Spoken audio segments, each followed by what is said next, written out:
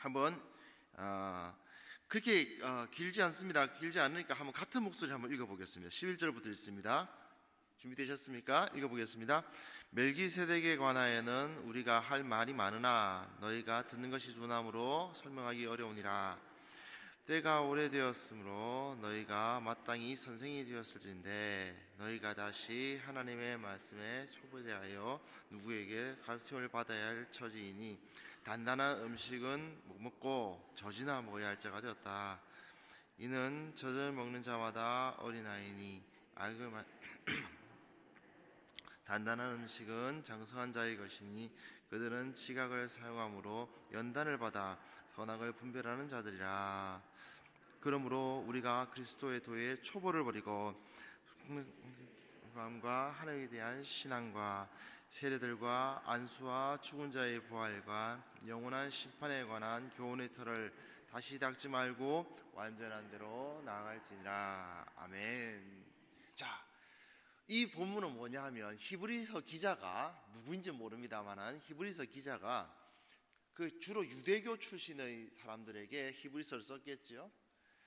예수 그리스도가 저 성전의 예배보다 제사를 드리는 저 성전의 예배보다 대제사장이 옷 입고 있는 저것보다 예수님이야말로 진정한 진리이시고 구원자시다는 이야기를 막 이제 설명을 하다가 그러면서 멜기세덱 이야기를 꺼내는 거예요. 그래서 봐라, 창세기에 멜기세덱에 했는데 잠깐만, 이 친구들 멜기세덱 잘 아나? 싶은 거예요. 그래서 한마디로 말해서 약간 딴 길로 샌 본문입니다. 히브리서 기자에서. 그런데 아시죠? 무슨 이야기를 막 하다가 갑자기 이 사람이 좀 딴 길로 새서 무슨 이야기를 한다는 것은 무슨 그 사람 마음속에 사실은 그게 가득 차 있었다는 뜻이에요. 히브리서 기자는 지금 마음속에 무슨 마음이 가득 차 있느냐?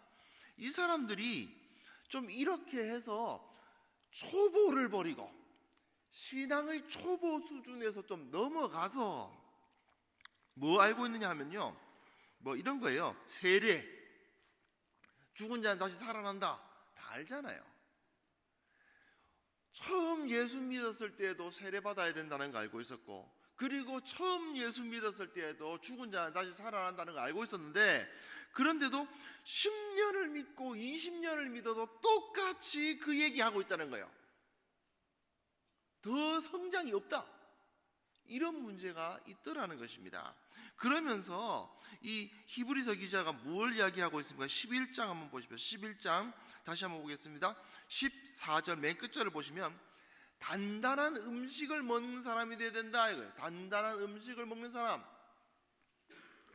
죽을 먹지 말고 죽 같은 것, 그냥 우유 같은 것, 죽 같은 거, 우유 같은 거, 젖 같은 그런 거, 그냥 마시면 꼴깍꼴깍 마시면 잘 넘어가는 것, 그런 게 아니라 꼭꼭 씹어야 소화시킬 수 있는 단단한 음식을 먹을 수 있어야 된다. 이게 그냥 먹는 걸 말하는 게 아니죠.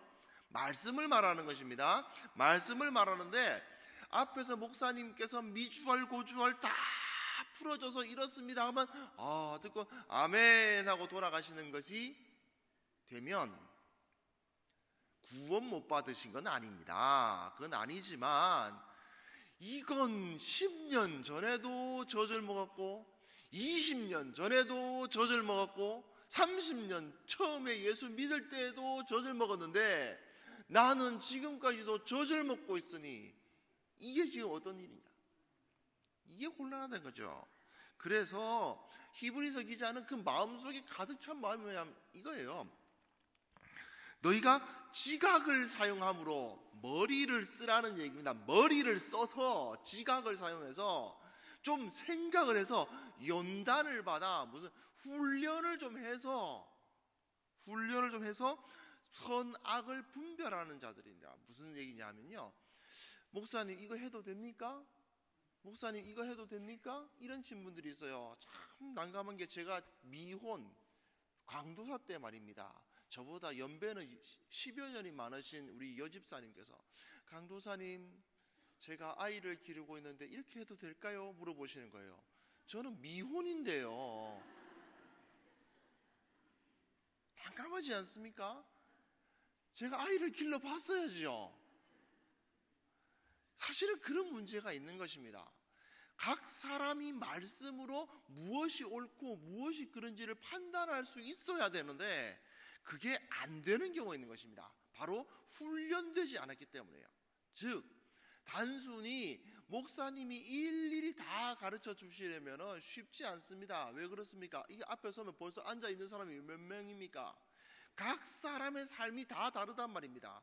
결국 앞에서 설교하는 사람들은 어떤 큰 원칙을 제시할 수밖에 없어요. 수학으로 따지면 공식을 제시할 수밖에 없어요. 그러면 그것을 풀어가는 사람은 각 사람이 풀어갈 수 있어야 되는데 그러지를 못해서 일일이 젖을 먹여야 되는 상황이 벌어지더라는 것입니다. 이 문제를 어떻게 해결할 것이냐? 사실은 안타깝게도 단시간에 해결될 수 있는 방법은 없습니다. 뭐 답이 있을 것 같이 말하더니 결국은 단시간에 안 된다 그러네. 그런 생각이 드시는데 솔직히 말씀해 보십시다. 우리 삶 중에서 정말 중요한 것 치고 단시간에 얻어지는 게 있습니까? 운전 면허는 단시간에 얻을 수 있지만 운전 실력은 단시간에 못 얻습니다. 아시죠? 형님 저 오늘 면허 땄어요. 제 차에 타세요. 전 타고 싶지 않아요. 왜 그렇습니까? 바로 단시간에는 귀한 것이 얻어질 수 없기 때문입니다. 결국 우리는 꾸준히 하루하루를 투자해서 귀한 것을 얻어가야 돼. 내 안에 귀한 것을 쌓아가야 한다는 것입니다. 그것이 뭐냐? 하나님의 말씀을 묵상하는 것입니다. 이 PPT를 한번 좀 보여주시면 감사하겠습니다. 네, 오늘 세미나입니다. 그래서 우리는 이제 하나님의 말씀을 묵상해야 됩니다. 이것은 여호수아 1장 8절입니다. 많이들 아시는 본문이라고 생각합니다. 여호수아가 전쟁을 앞두고 뭘 해야 되느냐? 굉장히 어려운 정말 도전적인 일을 앞두고 뭘 해야 되느냐? 율법책을 주야로 묵상하라고 되어 있어요. 그리고 그 다음에 보시면 시편 1편입니다. 시편 1편에 보면 죄인들 사이에 있을 때 주위에 죄인들의 영향력들이 막 미치는데 그때 이 사람은 어떻게 되느냐? 말씀을 묵상해야 된다고 되어 있습니다. 우리는 이 세상에서 영적인 전투를 감당하고 있지 않습니까? 매일매일의 삶이 전투입니다. 어떻게 하면 내가 예수 믿는 사람처럼 예수 믿는 사람으로서 정말 거룩한 사람으로서 살아갈 수 있을까 고민되는 삶을 우리는 살아가고 있습니다. 그때마다 우리에게 필요한 것은 말씀입니다. 그리고 단순히 성경책 손에 들고 있다고 해서 문제가 해결되는 것이 아니고 그 안에 있는 말씀을 내 마음속에 묵상해야만 이것이 해결될 수가 있다는 것이죠. 그래서 성도가 세상에서 승리하고 죄를 피하는 복된 삶을 누리기 위해서는 큐티만은 아닙니다. 예배도 드리셔야 되고 성경 읽기도 하셔야 되고 뭐 밤새워서 한번 기도하시는 것도 정말 귀한 일인데 그 중에서 대표적인 어떻게 보면 가장 기본적인 밑에서부터 차곡차곡 쌓아야 될 것이 뭐냐? 성경 묵상이다 그럽니다. 근데 이것을 요즘 들어서 뭐 영향력이 이제 영어의 영향력이 있다 보니까 quiet time, 그래서 조용한 시간이다. 그래서 요즘 큐티라는 말을 많이 써요. 그래서 요즘에는 워낙에 묵상이라는 단어보다 큐티라는 말을 많이 쓰다 보니까 큐티 세미나다 이렇게 가져왔는데 성경을 묵상하고 그것을 나에게 적용하는 것이 바로 큐티다라고 생각하시면 되겠습니다. 자, 근데 성경 묵상에는 원칙이 있습니다. 물론 이건 다른 분들이 생각하는 답이 있을 수도 있습니다. 하지만 제가 사실은 큐티 사역을 언제부터 했냐 생각해보면 한 27살인가부터 했어요. 제가 46인데 이제 27살까지부터인가 이렇게 사역을 계속 해왔습니다. 그동안에 하다 보니까 많은 우리 동역자들과 대화를 통해서 알 수 있었던 것이 이 원칙은 반드시 지켜져야 된다라는 생각이 들었습니다. 첫 번째 원칙은 뭐냐면 성경의 권위가 인정되는 큐티해야 된다. 당연한 거 아닌가요? 성경 묵상하라면서요. 그럼 성경의 권위를 인정해야죠. 고척교회도 성경의 권위를 인정하시죠? 아멘이시죠? 설마 에이, 성경이야 뭐 저 고대 문서고 뭐 그거 뭐 읽을 필요 있습니까? 그러시는 거 아니시죠? 네, 당연한 거 아닌가요? 라는 생각하시는 분들이 계십니다. 근데요, 제가 어릴 때 한 1000명 정도 모이는 교회에서 그 교회만이 사용하는 큐티지를 만든 적이 있습니다. 우리 고척교회에서도 만든다는 이야기를 들었는데 제가 직접 보지를 못했습니다. 죄송합니다. 근데 이제 어떻게 되어 있냐면 무조건 우리 목사님이 무조건 하루에 한 장을 해야 된다고 그러셨어요. 그때 담임 목사님이.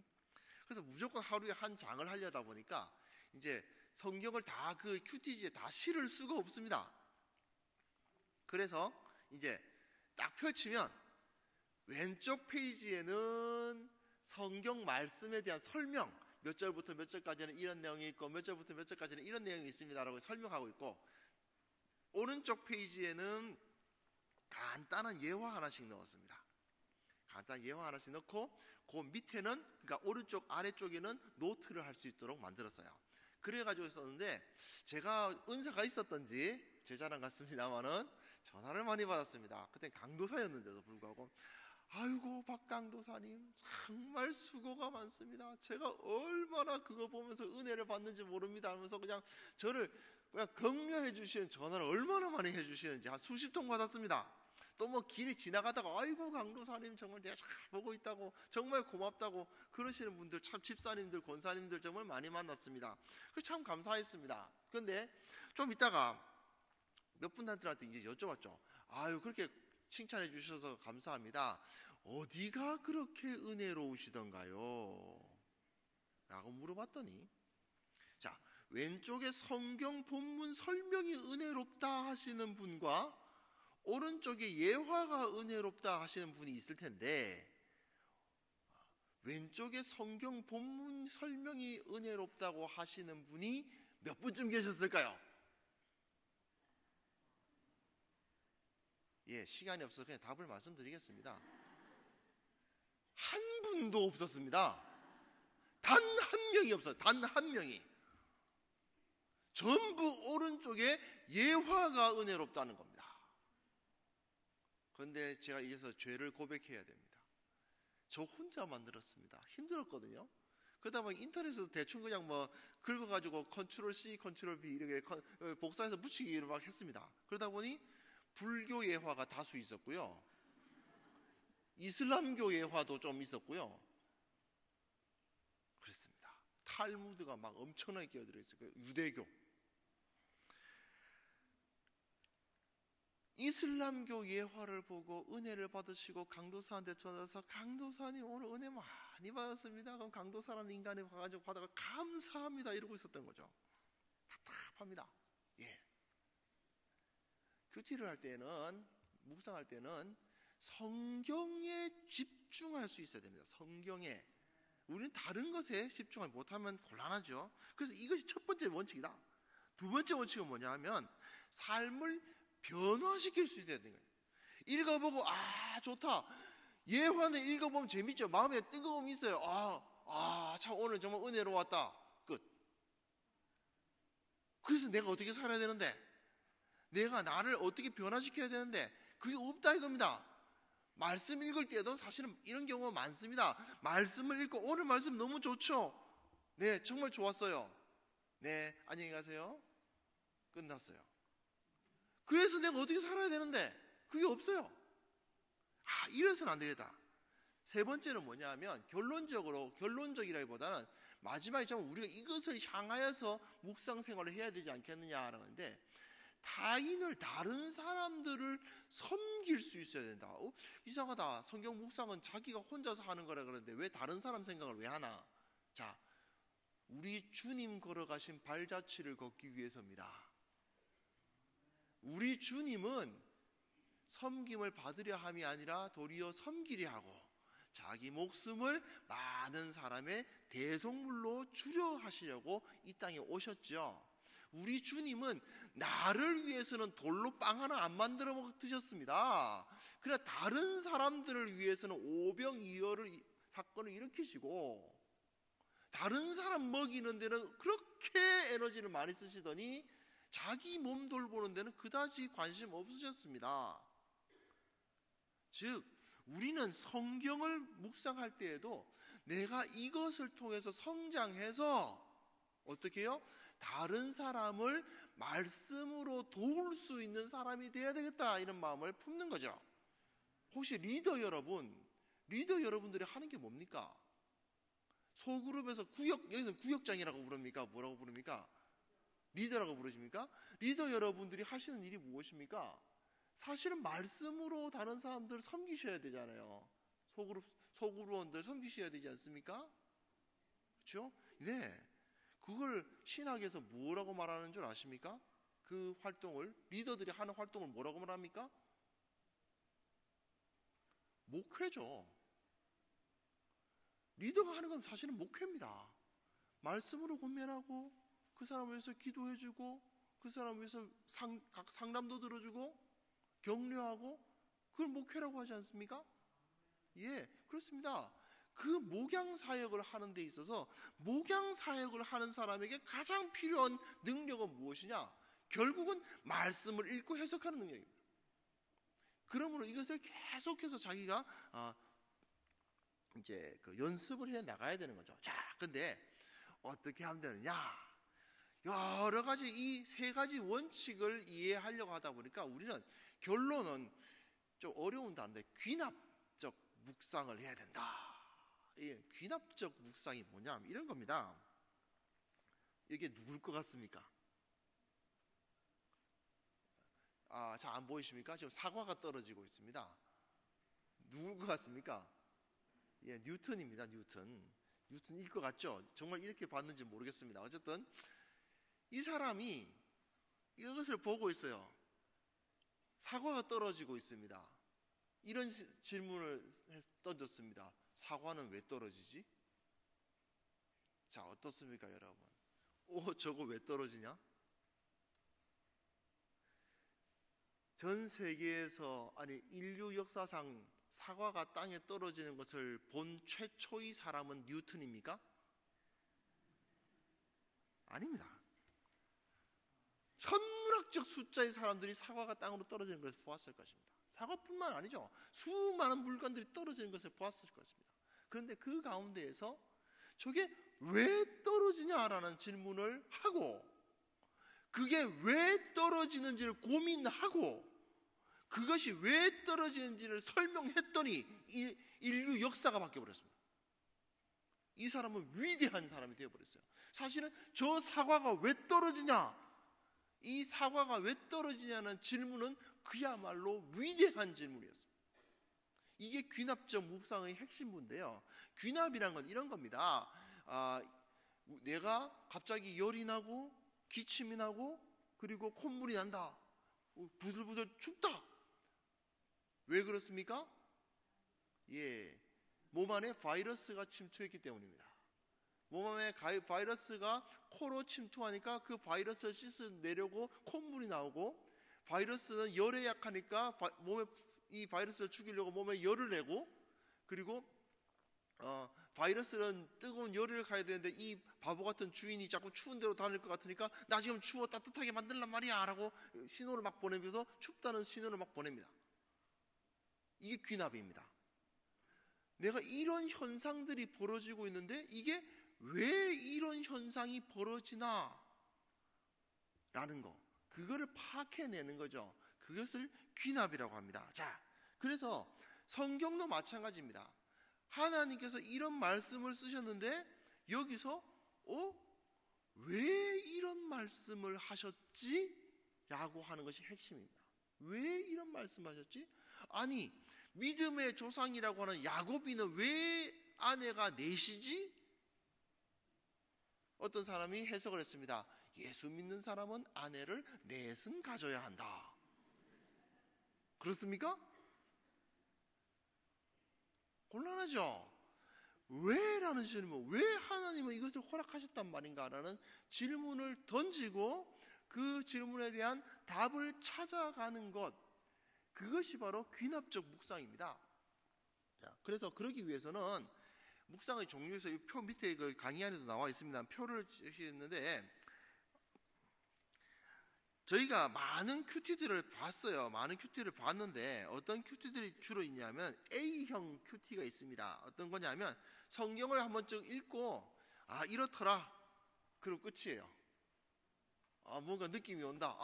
오늘 말씀 참 좋았다. 오늘 말씀을 보니까 이런 느낌이 든다.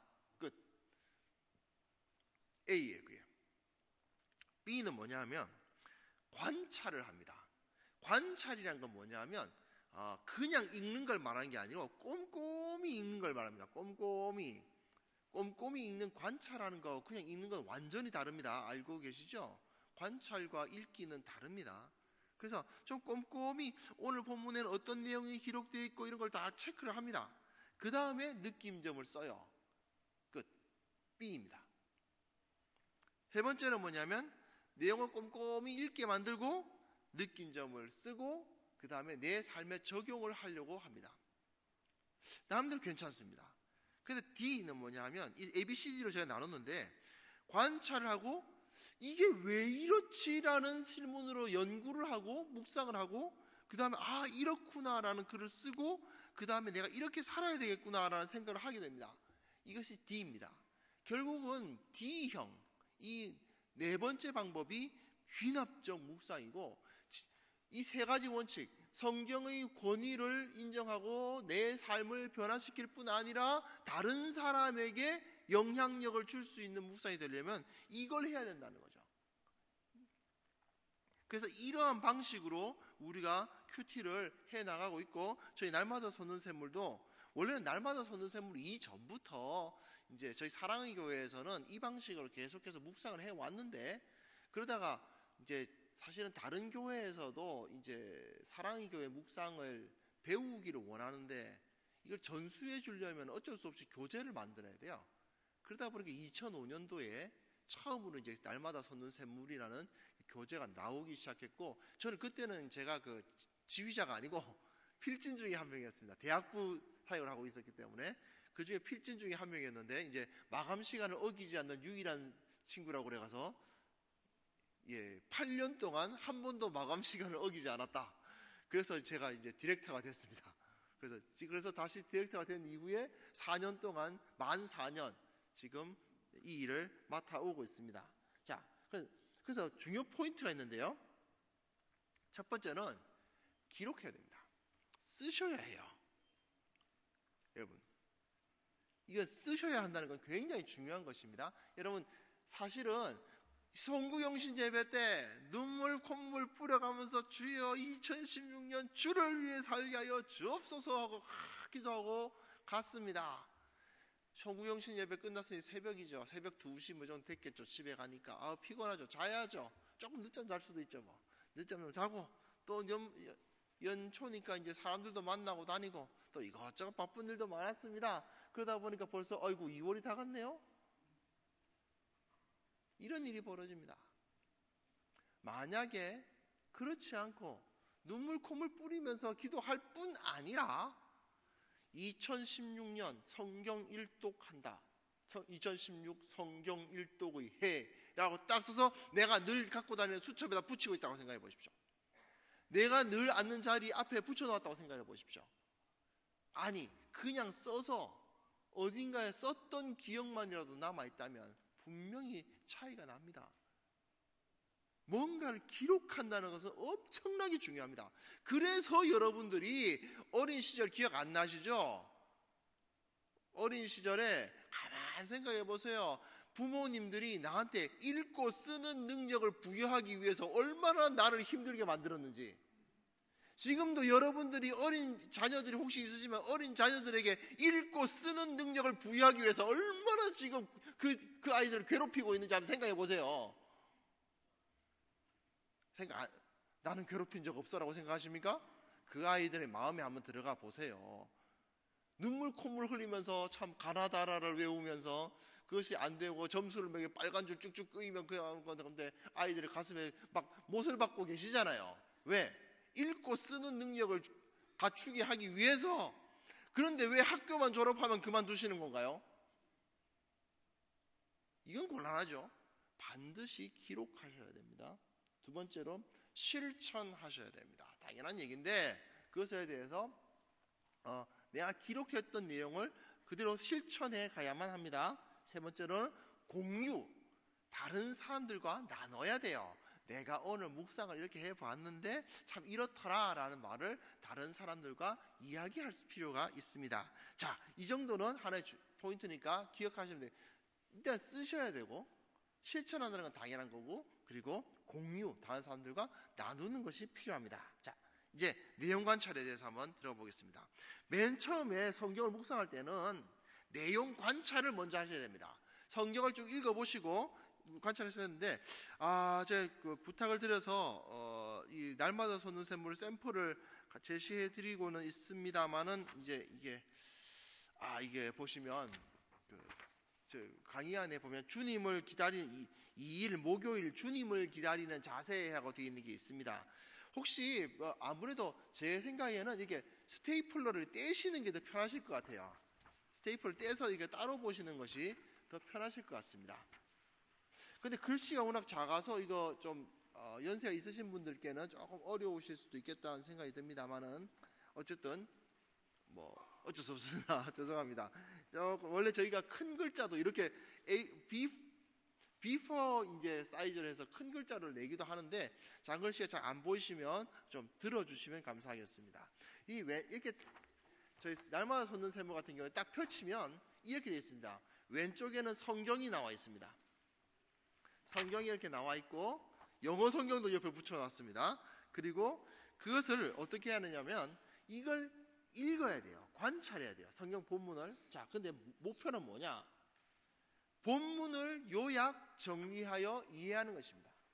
두 번째로는 특이사항을 파악하는 것이고, 세 번째로는 기존의 선입견을 제거하는 것입니다. 자, 무슨 소리냐? 간단합니다. 다른 사람에게 설명할 수 있는지를 파악하시면 됩니다. 이런 겁니다. 저희 사랑의 교회에서는 워낙에 좀 교회가 이제 예전에 지금은 건축을 해서 4부 예배를 드리고 있습니다만, 건축하기 전에 6부 예배를 드렸거든요.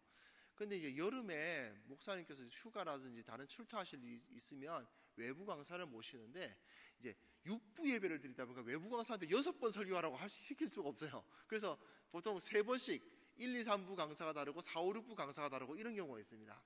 당연히 저는 목사니까 1부 예배를 드렸을 것이고, 아내는 아이들 때문에 4부 예배를 드렸습니다. 집에 딱 들어갔는데 아내가 여보 오늘 말씀이 너무 좋더라 그러는 거예요. 근데 저는 1부를 드렸고 이 사람은 4부를 드려서 목사님이 다르잖아요. 그러니까 오늘 말씀 너무 좋더라 그러는 거예요. 그러니까 그래? 오늘 목사님이 누구셨더라? 잠깐만, 저는 그래서 오늘 말씀 내용이 뭐였지? 갑자기 물어봅니다. 대답할 수 있을까요? 예, 제가 질문해놓고 자 실수했다 라는 생각을 했습니다. 아니, 설교 들은 사람한테 오늘 설교 내용 뭐였냐고 물어보면 됩니까 안 됩니까? 기억 못 하시잖아요. 저는 알고 있습니다. 이해합니다. 제 아내라고 무슨 초능력을 가진 것도 아니죠. 그래서 그렇지. 오늘 본문이 뭐였냐, 성경 본문이 뭐였냐라고 물었습니다. 기억할 수 있었을까요? 없었을까요? 네, 그렇게 됐습니다. 그래서 오늘 이야기, 그러니까 저도 어떻게든 좀 이제 추리를 해 나가려고. 그래? 그러면 대충 무슨 얘기가 있든 기억하지 못합니다. 그래서 이야기가 아니었나? 이게 서신서였냐? 뭐 이러저러 이야기하는 서신서였냐? 기억하지 못합니다. 구약이었니? 신약이었니? 이런 일이 벌어집니다. 성경을 읽었는데, 저희 참 고척교회는 안 그렇습니다만 저희 사랑의 교회 같이 좀 수준이 떨어지는 교회에서는요, 집사님 성경 한번 읽어보십시오. 다 읽었습니다. 읽은 다음에 네 감사합니다 집사님, 오늘 말씀 본문의 내용이 어떤 겁니까? 라고 물어봤더니 다시 보십니다. 읽었는데, 정작 소리내서 쭉 읽었는데 오늘 말씀은 이런 거예요 라는 답이 안 나옵니다. 이게 문제인 거죠. 내용 관찰은 결국 뭐냐면 이겁니다. 본문을 요약 정리한다는 것은 오늘 말씀은 대충 이런 얘기였어 라고 말할 수 있을 정도가 돼야 된다는 거죠. 읽은 다음에 읽었는데 글자가 표식하는 그 소리를 인식하고 흘려보내는 것이 아니고 그 안에 있는 내용이 이런 거더라라고 이해할 수 있어야 된다는 거고, 두 번째로는 그 중에서 특이사항을 파악할 수 있으면 좋아요. 근데 본문에 이런 것이 있더라. 그리고 세 번째로 뭐냐면 읽다가 본문의 선입견을 제거하는 데까지 가면 더 좋습니다. 제가 섬기고 있는 이 수준낮은 교회에서는 아직도 교인들 중에서 동방박사가 3명이라고 그래요. 예수님께서 찾아온 동방박사가 몇 명이시오? 그랬더니 3명입니다 라고 너무너무 자신있게 이야기를 하시는 겁니다. 마태복음 2장을 묵상하고 난 다음에도 말이죠, 마태복음 2장을 읽었는데 그걸 요약해보라 했더니 동방박사 3사람이 찾아왔다 이랬어요. 세상에, 마태복음 2장에 동방박사가 몇 명이라고 되어 있습니까?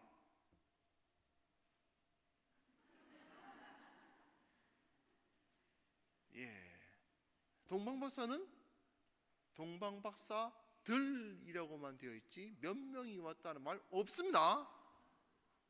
마태복음 찾아보세요. 선물은 3가지가 맞습니다. 그러나 한 사람이 3가지 선물 다 들고 올 수도 있는데 동방박사들이니까 이제 2명 이상입니다. 그죠? 10명이어서 3가지 예물 들고 3가지 예물 바쳐도 됩니까? 안 됩니까? 되죠? 그렇습니다. 선입견이 있습니다. 우리들에게. 동방박사, 왜? 찬송가가 잘못됐어요. 동방박사 3사람. 찬송가가 잘못됐어요. 3사람이라고 되어 있지 않은데. 이런 것들이 제거가 된다는 거예요. 성경 본문을 읽다 보면 동방박사 3사람이라는 말이 없어. 그렇죠? 딱 선입견이 제거가 되지 않습니까? 그런데 문제는 뭐냐?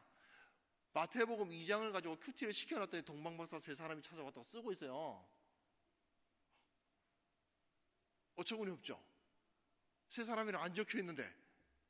그런 일들이 벌어집니다. 그래서 이걸 가지고 내가 이 관찰을 잘했는가를 파악하는 방법은 타인에게 설명할 수 있는가 이겁니다. 그래서 그러기 위해서는 초점을 맞춰가야 돼요. 초점.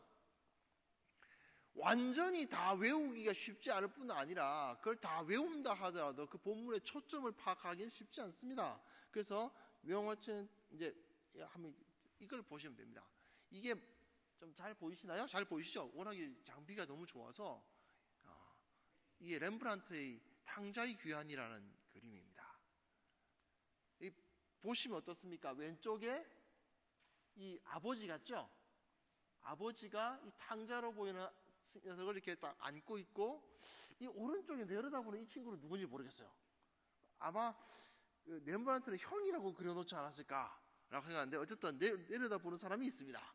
자, 그러면 어떤 사람이 지나갔는데 어디 가서 렘브란트의 이 그림을 보았습니다. 그러고는 탁 저한테 가슴에 와닿았어요. 마음에. 그러고 와서 친구들한테 내가 오늘 렘브란트의 그 탕자의 귀환이라는 그림을 봤는데 진짜 그 자체가 너무 영감이 있더라. 그런 얘기를 했어요. 근데 탕자의 귀환을 안 본 사람 입장에서는 어떤 그림이었는데? 라고 물어보면 이 정도는 나와야죠.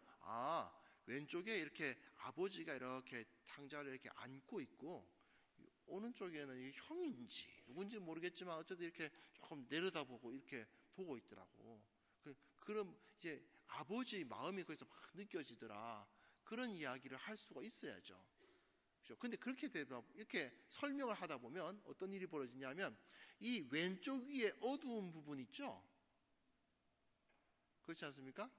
이 부분은 설명 안 했잖아요, 제가 방금.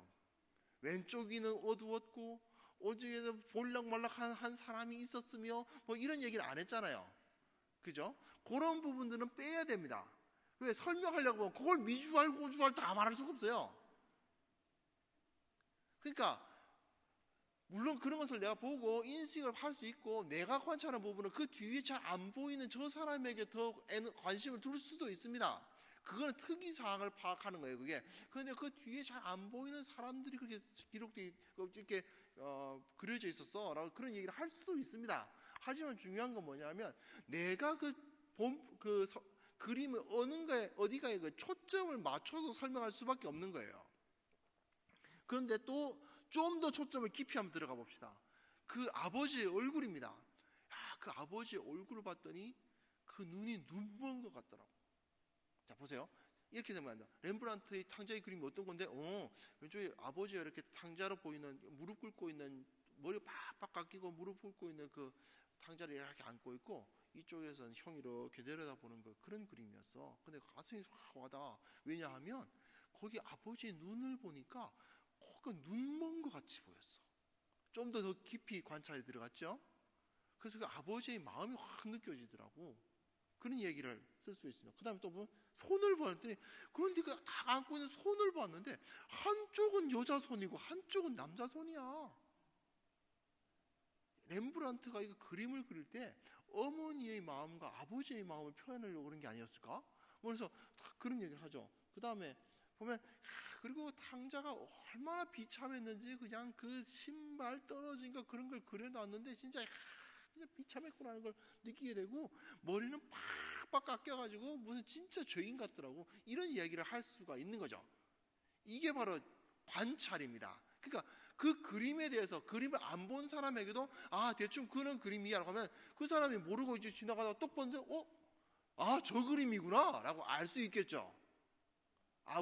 우리 리더가 본 그림이 저 그림이었구나 라고 볼 수 있지 않습니까? 그걸 내용 관찰이라고 합니다. 이해되시죠? 이런 것을. 자, 그래서 내용은 어떻게 관찰하느냐 하면 꼼꼼히 읽습니다. 한마디로 말해서 꼼꼼히 읽는 게 답입니다. 왼쪽에 있는 성경 본문을 꼼꼼히 읽는데, 가능하다면 혹시 영어 교육을 받으셔서 영어 성경 읽으신 것이 가능하신 분들은 영어 성경과 대조해 보시면 상당히 좋습니다. 그리고 그 다음에 본문을 한두 문장으로 요약 정리하거나 눈에 띄는 문장에 밑줄을 쳐서 본문 내용을 설명할 수 있는지 점검한다. 무슨 소리냐면 쭉 읽은 다음에 그러니까 딱 그냥 고개를 들고 오늘 말씀은 예수님이 승천하신 이후에 이제 다시 가서 주님을 기다리려고 기도하는 그런 모습이구나. 그렇게 간단하게 설명할 수도 있고, 좀 더 자세하게 하면은 예수님께서 이제 승천하시기 전에 이제 이스라엘 회복하는 때가 됐습니까? 이러니까 너희가 알 바가 아니고 성령이 임하시면 너희가 땅 끝까지 이르러 제자가 될 증인이 된다 하시고, 승천하시고 나니까 바라보고 있었는데 이런 얘기까지 다 나오면 더 많이 알고 있지만, 어쨌든 오늘 본문은 대충 이런 것이다 라고 말할 수 있으면 좋은 거죠. 이해되시죠? 이걸 보고 이 주님을 기다리는 자, 이거 보고 말씀드리는 겁니다. 지금 보시면 사도행전 본문인데, 오늘 본문 이건 이런 본문이구나 라고 설명할 수 있으면 되겠습니다. 그게 관찰이에요. 좀 더 깊이 들어간다면 어떤 것이 있을까요?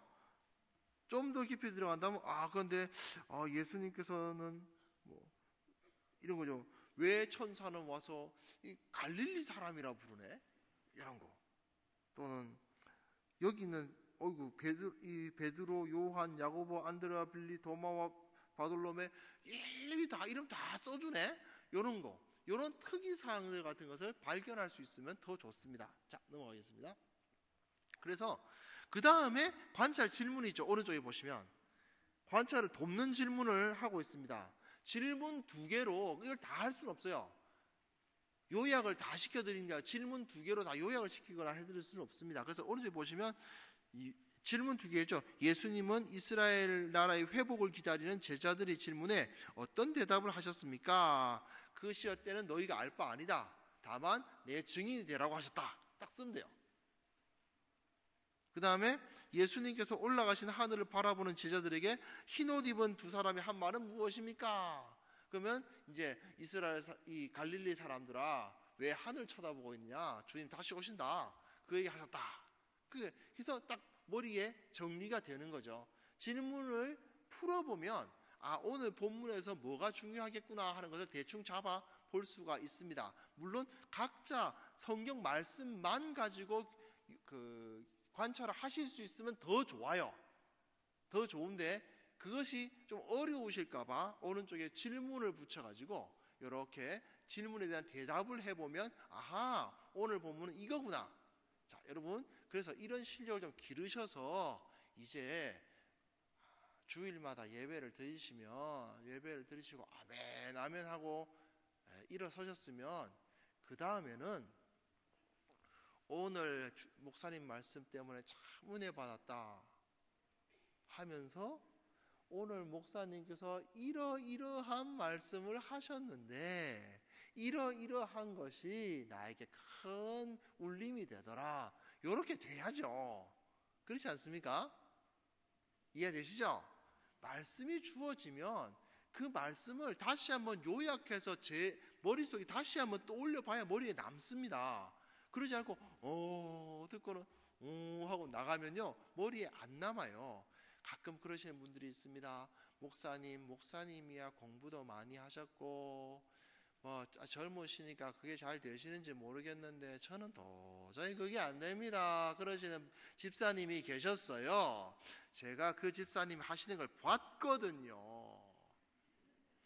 드라마를 1편부터 끝편까지 쫙 꿰가지고 설명하시는 걸 제가 봤거든요. 제가 텔레비전 드라마는 그렇게 완벽하게 꿰시면서 성경은 못 꿰는데요. 세상에 정말 제가 답답해가지고 제가 또 그 앞에서 그 말을 못하고 마음이 약해가지고 참 그냥 마음에 그냥 어휴 그만 듣는데, 자 여러분, 그래서 제가 이렇게 여러분들 앞에서 이야기 말씀드립니다. 드라마 꿰실 능력 있으시면 성경 말씀 충분히 꿰실 수 있습니다. 아멘이시죠? 예, 충분히 가능하십니다. 예, 그래서 말씀을 완벽할 필요도 없어요. 오늘 말씀은 이런 말씀이었다, 그죠? 이렇게 관찰을 해서 머릿속에 남고, 혹시 또 더 열심히 있으신 분은 그 안에 있는 세세한 부분들 막 하나하나 다 따져갈 수도 있는데 그런 데까지 요구할 것까지는 아닌 것 같습니다. 그 다음에는 넘어가면 이제 연구와 묵상을 하셔야 돼요. 묵상을 하셔야 돼요. 뭐냐면 목적은 뭐냐? 왜 하느냐? 관찰된 사실이 가지는 의미, 메시지를 파악, 추론하는 것입니다. 성경 저자, 성령의 의도, 하나님이 왜 이런 말씀을 사도행전 같은 경우는 누가가 썼죠? 왜 하나님이 누가더러 이런 말씀을 기록하게 하셨나? 그게 핵심입니다. 그걸 파악하려는 거예요. 자, 방법은 원형입니다. 원형. 원래는 날마다 솟는 샘물 같은 교재가 없을 때에는 원래는 뭘 해야 되느냐? 자문자답을 하는 게 맞습니다. 뭐냐면 내가 질문을 던지고 내가 답하는 거예요. 이해되십니까? 제가 뉴턴 말씀드렸잖아요. 뉴턴이가 사과 떨어지는 걸 보고 사과가 떨어지네? 다른 사람들은 아이고 아깝다, 내지는 저 주워 먹자 라고 할 텐데 뉴턴이는 앉아서 왜 떨어지지? 자, 여러분, 역사가 우리가 알고 있으니까 그것에 대해서 위대한 질문이라는 소리를 하지, 그 옆에 있는 친구가 뉴턴이 앉아서 사과 떨어지는 거 보고 사과는 왜 떨어지지? 라고 하는 말을 들었다면 그 친구는 이 뉴턴을 뭐라고 생각했을까요? 바보 아냐? 하는 생각을 했겠죠. 아닌가요? 하시잖아요. 물건 떨어지는 걸 한두 번 봐요? 사과가 떨어지는 거, 낙엽 떨어지는 걸 처음 봐? 그런데 앉아서 저거 왜 떨어지지? 예, 그 질문을 했습니다. 역사를 바꿨죠. 세상을 바꿔버렸습니다. 어떻게 가능하죠? 성경 본문은 익숙한 본문일 수도 있습니다. 그렇지, 오직 성령이 너희에게 임하시면 너희가 권능을 받고 줄줄줄줄 외우는 본문일 수도 있습니다. 그러나 그 가운데에서 왜 이런 말씀을 하셨을까?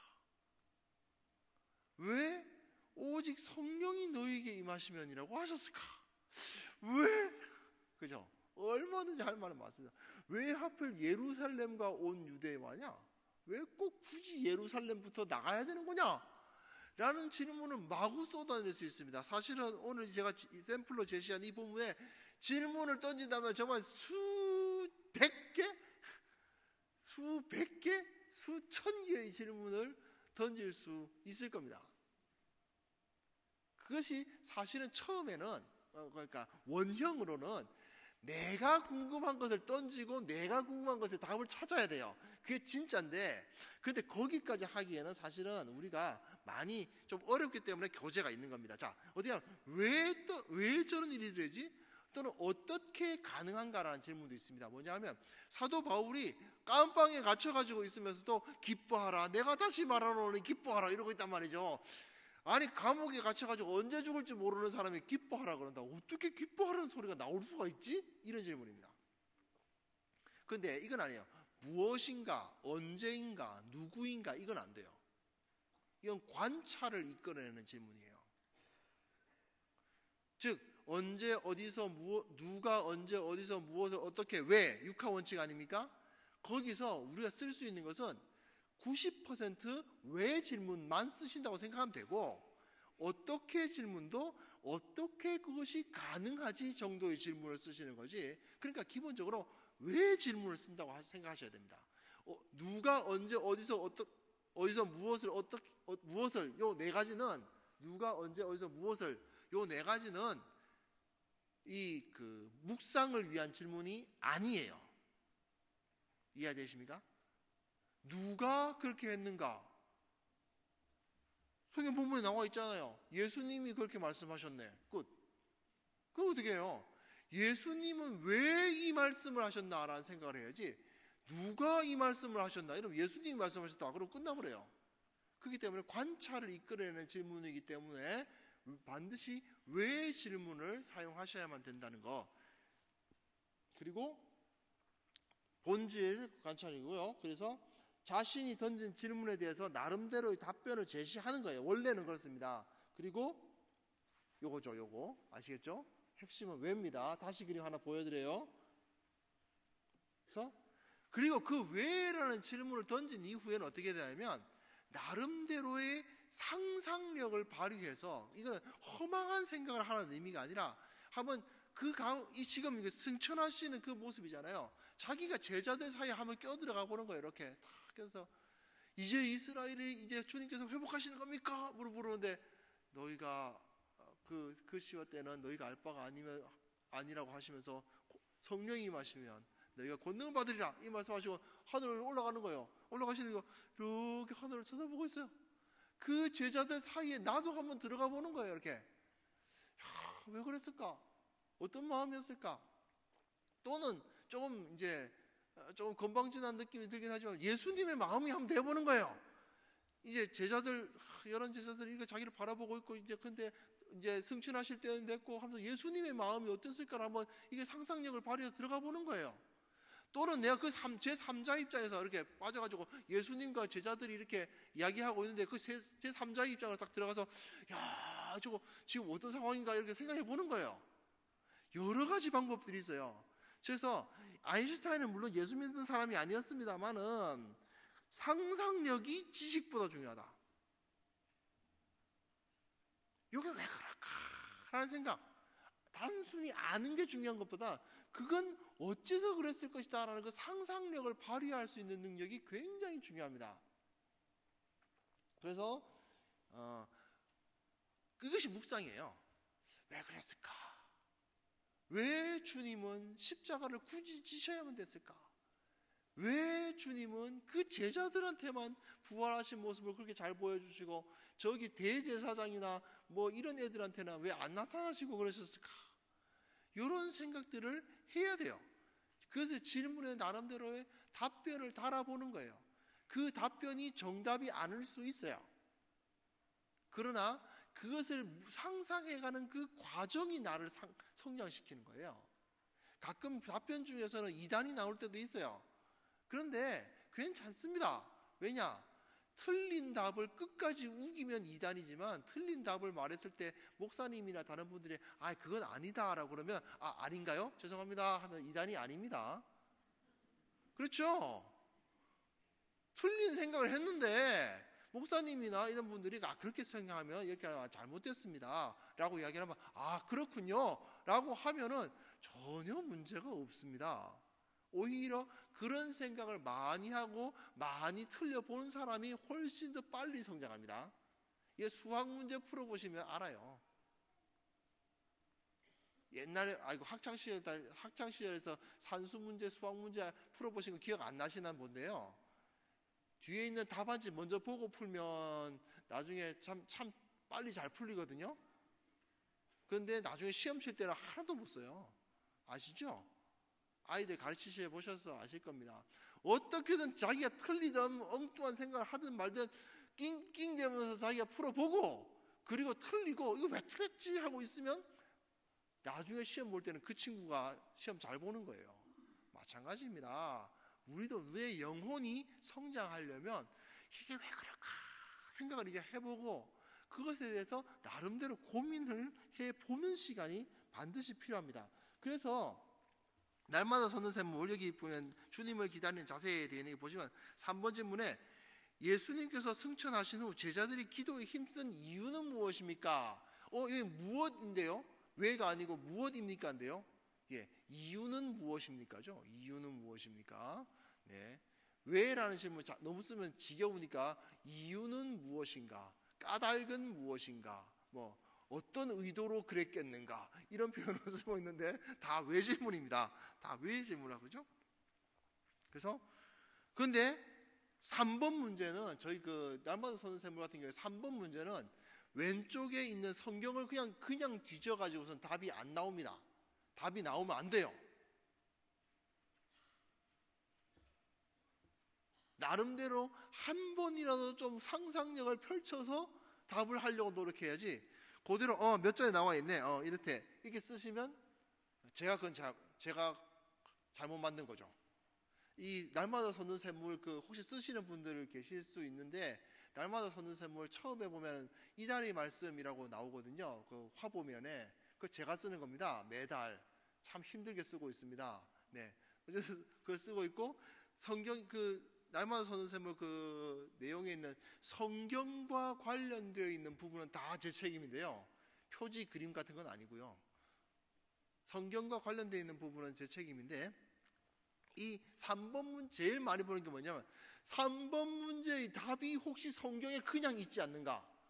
한 번이라도 꼬아서 생각해보고 답을 하도록 돼야 되지 3번 문제의 질문의 답이 그냥 본문에 있어버리면 안 되는 겁니다. 그럼 제가 다 고쳐야 돼요. 제가 못 고친 겁니다. 그러니까 그 정도로 질문을 던지고 그것에 대해서 나름대로 고민을 해야 돼요. 그리고 그 고민이 묵상입니다. 그래서 나름대로의 답변을 찾는 것이 연구와 묵상의 가장 중요한 특성이고 귀납적 묵상의 핵심입니다. 질문의 해답을 찾는 데 도움이 될 내용은 길잡이에 포함이 되어 있습니다. 뭐냐면 이 길잡이가 뭐냐면 밑에 이게 아미 처리해가지고 여기 좀 배경 처리해가지고 밑에 설명이 붙어 있거든요. 거기에 질문의 해답을 찾는 데 도움이 될 만한 내용을 넣어 놓았습니다만은 정답이 아닙니다. 정답은 하나밖에 없다는 생각을 버리십시오. 정답 같은 건 없어요. 성경 묵상에 정답이 어디 있어요? 정답은 없고 다만 나름대로 설득력 있는 답안들이 있습니다. 그 중에서 길잡이는 가장 무난하고 너무 진부하진 않으면서도 그렇다고 너무 독특하지도 않은 그 정도의 답을 그 여러 개의 답들 중에 하나 정도 제시하고 있는데 또 그냥 밑에 보고 그냥 답안 보고 쓰실까봐 어떻게든 글 안에 숨겨놨습니다. 이렇게 좀 잘 안 보이게 이렇게 섞어놨습니다. 네, 그렇고요. 그리고 이 답을 내가 잘했나 하는 건 뭐냐면 다른 사람에게 설득력이 있나를 점검해 보시면 됩니다. 오늘 예수님께서 승천하시는 제자들의 기도에 힘쓴 이유는 무엇인가? 내가 생각해 보니까 제자들이 다른 거 할 게 뭐가 있었겠어? 기도밖에. 그 상황에서 기도밖에 할 게 뭐가 있겠어? 그러니까 기도를 했겠지 라는 답을 했다. 나름대로 설득력 있지 않습니까? 아닌가요? 아니지. 지금 이 상황에서 근데 여기서 기도하라는 말은 사실은 없거든요. 예수님의 말씀 떠나지 말고 기다리라 하셨지. 기다리라 하셨는데 왜 기도에 힘쓰냐? 야, 기다리면서 할 건 뭐 있어? 기도밖에 없지. 뭐 그렇게 말할 수 있는데 그러나 나름대로 생각해 보는 겁니다. 그 상황에서 야, 생각을 해봐. 예수님 떠나셨잖아. 그런데 3년 동안 같이 예수님 따라다니면서 뭐 배웠겠어? 주님 기도하시는 모습 그렇게 보고 주님 우리에게도 기도 가르쳐 주세요 했던 게 바로 제자들 아니야. 그러니 제자들로서는 아, 주님을 위해서 정말 주님처럼 기도해야 되겠구나라는 마음을 먹었을 거야. 나름대로 그럴듯하지 않습니까? 안 그럴듯한가요? 어쨌든 이런 겁니다. 이러한 답들을 나름대로 써보는 거예요. 아, 주님의 본이 기억났을 것이다. 또는 그 상황에서 어떤 위협적인 상황에서 나가서 할 일이라고는 없었을 것이다. 그런 거죠. 그래 쓰는 겁니다. 그 다음에는 느낀 점으로 넘어가는 거예요. 뭐냐면 이제부터는 분기점이 왔습니다. 앞에서 관찰하고 묵상해서 뭐냐면 객관적이어야 돼요. 본문에 관심을 가지고 다른 사람에게 설명할 수 있느냐가 되게 중요해요. 그러니까 내용 관찰을 통해서는 본문을 오늘 본문 이런 거였어 라고 말할 수 있고, 연구와 묵상하는 것은 나는 이렇게 생각했는데 좀 그럴듯하지 않아? 그 사람도 그럴듯하다라는 생각이 들도록 만드는 거. 나뿐만 아니라 다른 사람에게도 그럴듯한 느낌이 들도록 하는 것. 즉 타인에게도 영향력을 줄 수 있는, 다른 사람을 섬길 수 있는 그 도구가 바로 관찰과 묵상이라면, 이제는 나를 챙기는 거예요. 나의 삶에 주관적이 되어야 됩니다. 그래서 삶의 변화를 일으키고, 그리고 이런 것이 이랬으니 나는 이래야겠다라는 생각을 하게 되는 거죠. 자, 넘어가 보겠습니다. 그냥 느낀 점 쓰는 건데요. 근데 이 부분이 제일 쉽습니다. 제가 설명하기 제일 쉬워요. 뭐냐면 그냥 자유롭게 쓰면 됩니다. 느낌이 오면 말씀을 읽었잖아요. 그리고 뭔가를 생각했잖아요. 아, 그래, 제자들은 정말 그 적대적인 주위에서 예수님을 못 박아버렸고 그 따라다니는 제자랍시고 나서기 너무 힘들었을 거야. 그러니 모여서 기도할 수밖에 없었어. 그러면서 또 기도할 때 나름대로 주님의 모습을 기억하지 않았겠어? 그러면 주님의 모습 기억하면서 주님의 약속 붙잡고 그냥 주님께서 그 성령 부어주십시오라는 그 마음으로 기도할 수밖에 없었을 거야 라고 나름대로 이제 설명합니다. 다른 사람에도 우리 예를 들어서 우리 리더님들 섬기시는 분들에게 이런 식으로 나누면 다른 사람들이 에이 엉터리 그러겠어요? 아니면 그랬을 것 같아 그럴까요? 그죠? 내가 생각할 때 다른 사람이 듣기에도 정말 그랬을 수 있겠구나 라는 생각이 들도록 하는 겁니다. 오늘 본문은 이런 것입니다. 그리고 이랬겠죠? 이런 마음들을 품고 그 다음에 이제는 다른 사람 생각할 게 아니고 내 생각을 해야 됩니다. 아, 나는 어떤가? 내 상황은 어떤가 생각하면서 이 제자들의 상황하고 내 상황을 비교를 해보는 거예요. 그래서 등장인물, 저자, 독자의 상황과 자신을 비교합니다. 야, 이게 내가 제자들보단 낫지? 지금 상황이? 또 좀 힘드신 분도 있을 수 있죠.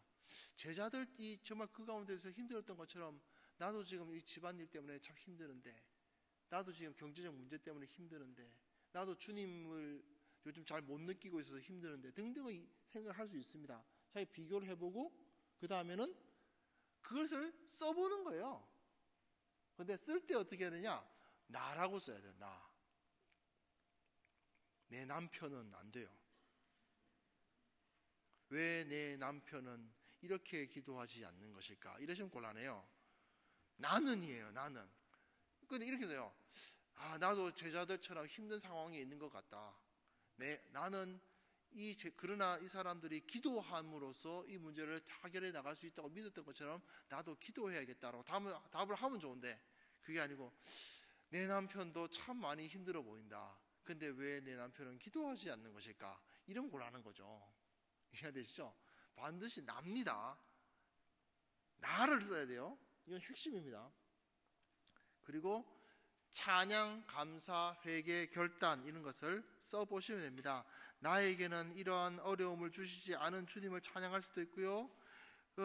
어려운 사람들에게 기도라는 방법을 주신 하나님을 깊게 감사할 수도 있고요. 그리고 내가 기도하지 않은 것에 대해서 회개할 수도 있고요.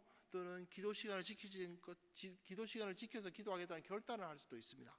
등등 해서 자유롭게 쓰면 됩니다. 그런데 저기 강의안을 보시면, 이 강의안에 보시면 느낀 점 쓰기 연습도 있죠. 3번에 3번 2페이지 3번에 3번 보시면 느낀 점 쓰기 연습도 있는데, 네, 쓰시면 되는데 이게 뭐냐 하면요. 이거는 제 실제고 3번에 3번 한번 보십시오. 여기가 강의안 보십시오. 이게 뭐냐 하면요. 저희 사랑의 교회가 좀 수준이 낮다고 말씀드렸잖아요. 그러다 보니까 이 글을 못 쓰세요. 자, 그냥 자유롭게 쓰시면 됩니다. 나에 대한 것을 쓰세요 했더니 편 들고 한숨만 쉬어주세요. 처음엔 갑자기 마음에 딱 아차, 이분이 혹시 한글을 모르시나? 하는 생각이 들었습니다. 아니었습니다. 계약서 같은 거는 무지하게 많이 쓰시는 분이셨습니다. 그런데 이거는 못 쓰는 겁니다. 네, 난감하죠. 예. 그래서 어떻게 써야 되는지 모르니까 이렇게 그러면 이렇게 써보세요. 그러면 자, 오늘 보시면 성경 인물이 됐죠. 그러니까 제자들이 요렇게 하였는데, 그러니까 제자들이 돌아가서 기도하였는데 나는 예배 시간 돌아가서 기도 안 했다. 그죠? 하나님은 이를 통해 제자들에게 성령을 기다려야 할 것을 깨달게 하셨는데 나는 기다리기보다는 잠만 잤다. 나는 기도하지 않은 것을 회개한다. 이렇게 한번 써보세요. 이렇게 줘요. 이런 걸 줘가지고 괄호넣기 해보라고. 고척교회 성도님들은 수준이 높으시니까 이거 필요 없으시죠, 그죠? 네, 이런 정 안 되시는 분들은 이런 것을 사용해서라도 자기가 글을 써보는 겁니다. 이렇게 쭉 써봅니다. 그래서 실제입니다. 요거는 오늘 본문하고 다른 본문이 다윗 이야기였는데요. 이렇게 나는 가정, 회사, 심지어 교회에서도 믿었던 사람에게 작은 일로 상처받았던 적이 많은데 오늘 다윗의 모습은 큰 도전이 됐고 부끄러웠다. 이제는 마음 상할 일이 있어도 감정적인 반응이 아니라 먼저 화해하는 참다운 신앙의 모습으로 살아갈 수 있기를 기도한다. 이건 굉장히 잘 쓴 거겠죠, 그죠? 아주 잘 쓴 거니까 제가 하나 가져왔겠죠. 굉장히 길게, 이 정도까지 길게 안 쓰셔도 됩니다. 사실 한두 문장 정도로 쓰셔도 되고, 다만 너무 부끄러웠다, 이 정도. 나는 기도하지 않았던 모습을 돌아보니까 참 내가 변화되어야 된다는 생각이 든다. 정도의 간단한 건데 중요한 건 쓰셔야 돼요. 머리로만 생각하고 지나가면 안 남아요. 반드시 손으로 기록을 하셔야 됩니다. 넘어가서 잘못된 느낀 점을 이해입니다. 하나님이 함께 하시는 다윗과 그의 나라의 군대를 지휘하는 요압은 참으로 멋진 콤비라는 생각이 든다. 내 이야기 하라고 그랬더니 다윗하고 요압은 참 멋진 콤비라는 생각이 든다라고 해요. 그 다음에 영화를 만들면은 멋있는 영화가 되겠다. 그 다음에 요압의 행동이, 나는 요압의 행동에 관심이 간다. 당신 삶에 관심을 가지라고 요압 삶에 관심을 가지는 게 아니고, 근데 자꾸 이렇게 해요. 이건 누가 남자가 썼겠어요? 여자가 썼겠어요? 딱 보니 남자죠, 그죠? 남자 성도들이 이게 문제예요. 자기 직업 이야기, 자기 무슨 축구 이야기, 야구 이야기, 무슨 일 이야기 하라면 그렇게 말 잘하는 분들이 집사님의 이야기를 해보라 그러면 말을 할 수가 없어. 왜? 지금까지 나 자신에 대해서는 생각해 본 적이 없어. 이런 경우가 생깁니다. 이게 난감하죠. 사실 그래서 묵상이 더 필요합니다. 내 가족, 내 직장, 내 일에 대해서는 그렇게 할 말 많던 사람이 나에 대해서는 아무 말도 못하는 일들이 벌어집니다. 이게 잘못된 거고요. 두 번째로는 뭐냐면 이런 거죠. 오랫동안에 이거는 본문이 뭐냐면 수가성 여인, 사마리아 여인 만난 이야기인데, 오랫동안 침체기에서 회복될 무렵 내 새벽 운동 겸 묵상을 이어갈 때까지 이어가려고 뒷산 산책한 적이 있었는데 그 뒷산 산책하던 그때가 기억나는 본문이다. 그러고는 뭐냐 하면 이 본문에서 은혜 받은 이야기는 없고 그때 은혜 받았던 이야기만 해요. 자, 오늘 사도행전 본문을 읽어보니까 맞아, 사도행전 이 본문에 보니까 성령이 꽂히셨어요. 그때 이 본문을 읽어보니 그때 부흥회에서 은혜 받았던 기억이 난다. 그때 부흥회에서 목사님은 시편을 강의하셨는데 그러면서 줄줄줄줄 이야기를 해요. 사도행전 읽어놓고 시편 이야기하고 있어요. 이런 것이 곤란하다는 것입니다. 그게 아니라 오늘 읽은 본문에서 내가 내 삶을 표현하는 거죠. 내가 뭘 느꼈는가를 말하는 것입니다. 그래서 4번 질문을 보시면 역시 보시면 주님 오늘 보시면 4번 질문 보면 그냥 가만히 앉아서 성령을 기다리는 것이 아니라 기도하면서 기다리는 제자들의 모습에서 무엇을 느낍니까? 이렇게 해서 질문을 던졌어요. 그래서 나한테 답을 써보시는 거예요. 굳이 꼭 이 질문의 답이 아니어도 괜찮아요. 그냥 내가 이 본문 볼 때 이러한 느낌이 든다는 것을 쓰시는 거예요. 그래서 연구와 묵상을 해보시고 그러니까 그래 맞아 그냥 앉아서 딴짓하면서 기다리는 것이 아니라 기도하면서 기다렸구나. 나는 어땠는가 그것을 써보시는 거예요. 자 넘어가 보겠습니다. 자유롭게 쓰되 무엇을 써야 할지 모르겠다는 느낌이 들면 아래와 같은 방법으로 나에게 적용해서 한두 문장으로 기록하는 겁니다. 여기 보시면 여기 3번에 3번입니다. 그런데 이제 대부분은 이거 필요 없으신데 가끔 가다 보면 이런 분들이 계십니다. 그래서 제시해 드리는 겁니다. 그렇게 쓰고 난 다음에 이제 결단과 적용으로 넘어가면 돼요. 적용이란 뭐냐? 말씀의 원리를 내 삶의 자리, 삶을 변화시키는 거죠. 삶의 자리를 옮기고 실천하는 것이고 변화를 일으키는 것입니다. 원리는 4P 원리라는 게 있습니다. 뭐냐 하면 개인적이어야 됩니다. 성경 본문을 읽어놓고는 그래 교회는 이래야 돼 이러지 마십시오. 교회가 아니라 나는입니다. 나는 내가. 두 번째는 뭐냐면 구체적이어야 됩니다. 맞아 나는 이제부터 기도하는 삶을 살아갈 거야. 기도하는 삶을 살기 위해서 뭐 하시는데요? 실천 가능해야 됩니다. 그래 맞아 이제부터 나는 40일 금식 기도를 시작하겠어. 이런 거 40일 금식 기도가 가능하죠. 물론 가능합니다. 가능한데 그거는 직장을 가지신다거나 가정생활을 유지하시면서 40일 금식 기도를 하지 마십시오. 점진적이어야 됩니다. 그래 우리가 참 내 직장에서 김대리하고 사이가 안 좋았는데 오늘부터는 사이가 좋아져야 되겠어. 아니 지금까지 사이가 안 좋았는데 오늘부터 사이가 좋아져야겠어 하면 사이가 좋아집니까? 그건 아니잖아요. 점진적이어야 됩니다. 무슨 얘기냐면 그래서 다른건데 언제 어디서 무엇을 누구에게 어떻게 할 것이냐 요게 나와야 됩니다. 그런데 가장 많이 빠지는 잘못된 적용이 뭐냐면 평생 적용입니다.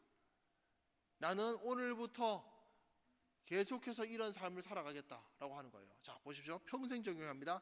1월 1일 날에 묵상했습니다. 평생 적용이니까 평생 가야 되겠죠.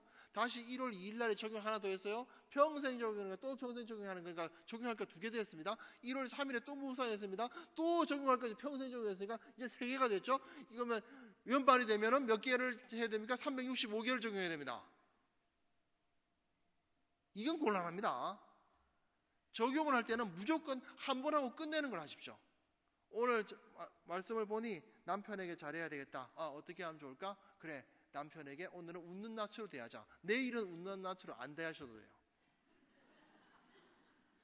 오늘은 웃는 낯으로 전하는 거예요. 이해되십니까?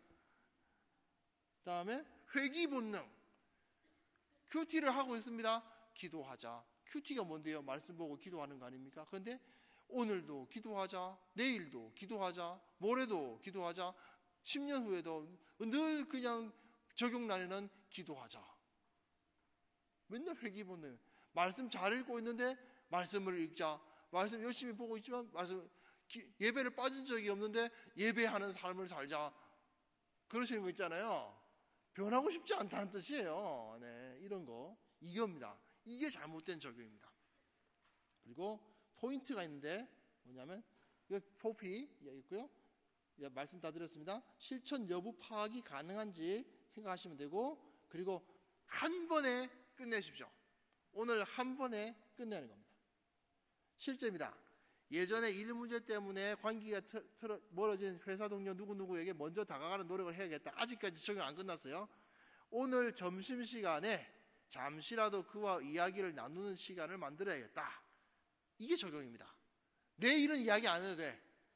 오늘은 어쨌든 이야기하는 거예요. 지난주에 교회에서 주차 봉사를 할 때 나의 봉사를 받으면서도 오히려 짜증을 내는 성도들 보면 화를 낸 적이 있는데 주차팀장 집사님이 내 모습을 보고 참 마음 상하셨을 것 같다. 끝났고요. 이것부터예요.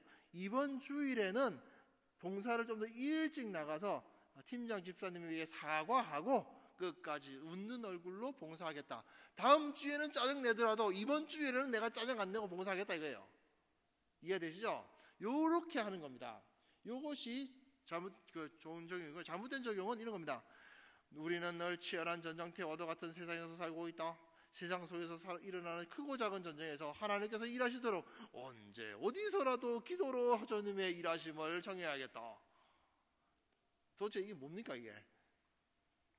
나에게는 예수님을 믿지 않는 동생 형부가 있는데 밑에 보시면 그러나 다시 약속의 말씀을 붙잡고 이들이 주님을 영접할 때까지 매일 아침 무릎 꿇고 기도하겠다. 참 힘듭니다. 네, 오늘은 기도하겠다고 쓰십시오. 나도 동역자를 두도록 노력해야겠다. 그리고 나도 누군가에게 좋은 동역자가 되도록 노력하겠다. 도대체 동역자가 두는 건 뭐고 누군가는 또 누굽니까? 이게 또 난감하죠. 이렇게 되면 잘못된 적용인 것입니다. 그래서 질문 5번을 보시면 이렇게 결단과 적용 질문이 있습니다. 사실은 질문이 두 개인데 첫째 질문은 자기를 점검하는 질문이에요. 나는 이런 것이 있는가를 점검하는 질문이고, 둘째 질문은 이제 구체적으로 적용을 해보라는 질문에서 구체적인 데까지 나아가실 수 있으시면 좋겠습니다. 제 간증을 한 딱 2분만 하겠습니다. 어릴 때 큐티를 하면서 이런 일이 있었습니다. 요한복음 13장으로 큐티를 합니다. 사랑하라, 내가 너희를 사랑한 것 같이 너희도 서로 사랑하라 하셨습니다. 그런데 이렇게 됐습니다. 그래, 난 사랑하잖아? 덮으려고 했는데 적용에 대한 이야기를 하려니 이렇게 적용하면 안 된답니다. 구체적으로 하랍니다. 그래, 구체적으로 하자. 그런데 생각해 보니까 제가 경상도 남자 아니겠습니까? 목소리를 들으시면 좀 아실 분들 계실 텐데, 경상도 남자라서 그래, 좀 친절하게 대하는 것이 사랑하는 길인 것 같다. 친절하게 대하자. 친절하게 대하는 것도 구체적이지 않은 걸 알겠어요. 그래서 생각해 보니까 그래, 친구들이 인사를 할 때 웃으면서 인사한다. 그러니까 나도 웃으면서 인사하자 했더니 갑자기 손발이 오그라드는 거죠. 어떻게 웃으면서 인사를 하지? 안 되겠는 겁니다. 적용을 바꿨습니다. 오늘은 거울을 보면서 웃으면서 인사하는 연습을 한다. 이렇게 놨어요. 그래서 씩 웃으면서 잘 있었니? 잘 있었니? 이거 연습했어요. 그거 다 적용했다 하고 체크 탁 했어요. 끝났습니다. 그 다음 문제는 요한복음 13장이 꽤 깁니다. 또 사랑해야 됩니다. 똑같은 적용하잖아요. 저도 양심이지. 또 할 수 없잖아요. 그래서 안 되겠다. 오늘 또 예배 시간이 있는데 친구들 있을 텐데 만나서 잘 있었니? 하면서 세 명한테, 딱 세 명에게 그렇게 인사한다. 잘 있었냐? 오늘 옷 잘 어울린다? 그래서 다 했다. 딱 체크를 했습니다. 요한복음이 전부 다 사실은 네가 나를 사랑하느냐, 바요나 시므나 네가 나를 사랑하느냐 이런 본문입니다. 그러면 적용이 계속 사랑하라 본문이 계속 반복이 돼요. 가끔 목사님들 중에서 무슨 계속 똑같은 적용을 자꾸 시켜. 그런데 한번 해보세요. 적용이라는 게 그렇게 하루 만에 되나. 그러다 보니 어떻게 합니까? 그래서 오늘은 다섯 명 하자. 5명 잘 있었네 하고, 오늘은 모임 때 옷 정리를 내가 먼저 가서 내가 먼저 옷 정리한다. 그래, 딱 가서 옷 정리 다 했습니다. 청년부에서 이상한 소문이 퍼지기 시작했습니다. 박희원이가 변했다. 역시 하나님은 살아계셔. 네, 그렇습니다. 말씀을 묵상하고 그 말씀에 대해서 어쩔 수 없이 지켰습니다. 작은 것들 하나하나 했습니다. 그것을 통해서 제 삶이 변했고 주위의 사람이 변했고, 그리고 그런 사람들이 넘치고 계속 늘어날 때 이 세상이 변해갈 것입니다. 고척교회 성도님들이 이 일을 통해서 하나님의 영광을 나타내실 수 있기를 기도하겠습니다. 잠깐 기도하겠습니다. 하나님 아버지, 주님께서 이 시간 저를 이 자리에 오게 하시고 또한 귀한 성도님들 만나게 하시고 말씀 묵상에 대해서 나누게 하심을 감사합니다. 이 시간 나눈 내용을 통해서 우리 모두가 변화를 받고 주님 앞에 온전히 가까이 나아갈 수 있도록 도와주옵소서. 예수님의 이름으로 기도합니다. 아멘.